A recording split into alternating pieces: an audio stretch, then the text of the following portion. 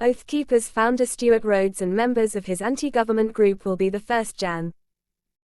6 defendants sentenced for seditious conspiracy in a series of hearings beginning this week that will set the standard for more punishments of far-right extremists to follow. Prosecutors will urge the judge on Thursday to put Rhodes behind bars for 25 years, which would be the harshest sentence by far handed down in the U.S. Capitol attack. Describing the Oath Keepers' actions as terrorism, the Justice Department says stiff punishments are crucial to send a message to future possible instigators of political violence. The justice system's reaction to January 6 bears the weighty responsibility of impacting whether January 6 becomes an outlier or a watershed moment, prosecutors wrote in court papers this month. The hearings will begin Wednesday, when prosecutors and defense lawyers are expected to argue over legal issues concerning sentencing and begin hearing victim impact statements. Rhodes, from Granbury, Texas, and Florida chapter leader Kelly Meggs, who were convicted of seditious conspiracy in November, will receive their sentences Thursday, and 6 more Oath Keepers will be sentenced later this week and next. Rhodes and Meggs were the first people in nearly 3 decades to be found guilty at trial of seditious conspiracy for what prosecutors described as a plot to forcibly stop the transfer of power from President Donald Trump to President Joe Biden. 3 co-defendants were acquitted of the sedition charge, but were convicted of obstructing Congress certification of Biden's victory. Another 4 Oath Keepers were convicted of the sedition charge in January during a second trial. Prosecutors are seeking prison sentences ranging from 10 to 21 years for the Oath Keepers besides Rhodes. The judge canceled the sentencing scheduled this week for one defendant, Thomas Caldwell of Berryville, Virginia, as he weighs whether to overturn the jury's guilty verdict on 2 charges.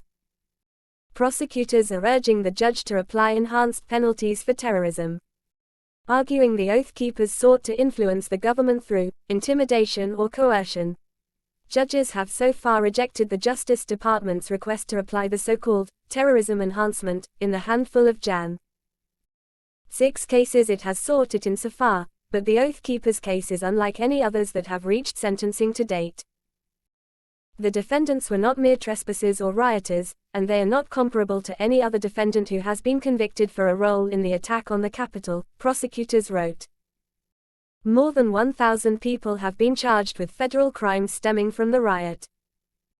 Just over 500 of them have been sentenced, with more than half receiving terms of imprisonment ranging from a week to over 14 years. The longest sentence so far came earlier this month for a man with a long criminal record who attacked police officers with pepper spray and a chair as he stormed the Capitol. The sentences for the Oath Keepers may signal how much time prosecutors will seek for leaders of another far-right group, the Proud Boys, who were convicted of seditious conspiracy in a separate trial earlier this month.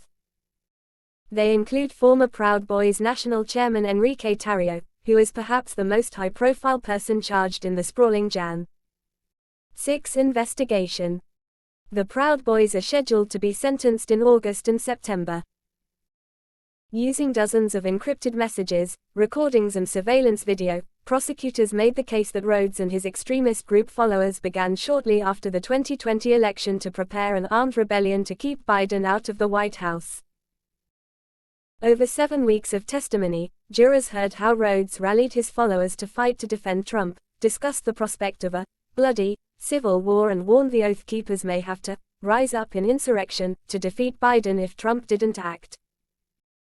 Jurors watched video of Rhodes' followers wearing combat gear and shouldering their way through the crowd in military-style stack formation before forcing their way into the Capitol. They saw surveillance video at a Virginia hotel where prosecutors said Oath Keepers stashed weapons for quick reaction force teams prosecutors said were ready to get weapons into the city quickly if needed. The weapons were never deployed. Rhodes, who didn't go inside the Capitol, took the witness stand at trial and told jurors that there was never any plan to attack the Capitol and that his followers who did went rouge. His lawyers are urging the judge to sentence him to the roughly 16 months behind bars he has already served since his January 2022 arrest. In court papers filed this month, Rhodes' attorneys argued that all of Rhodes' writings and statements were protected political speech. For more, subscribe to 24 Hour News.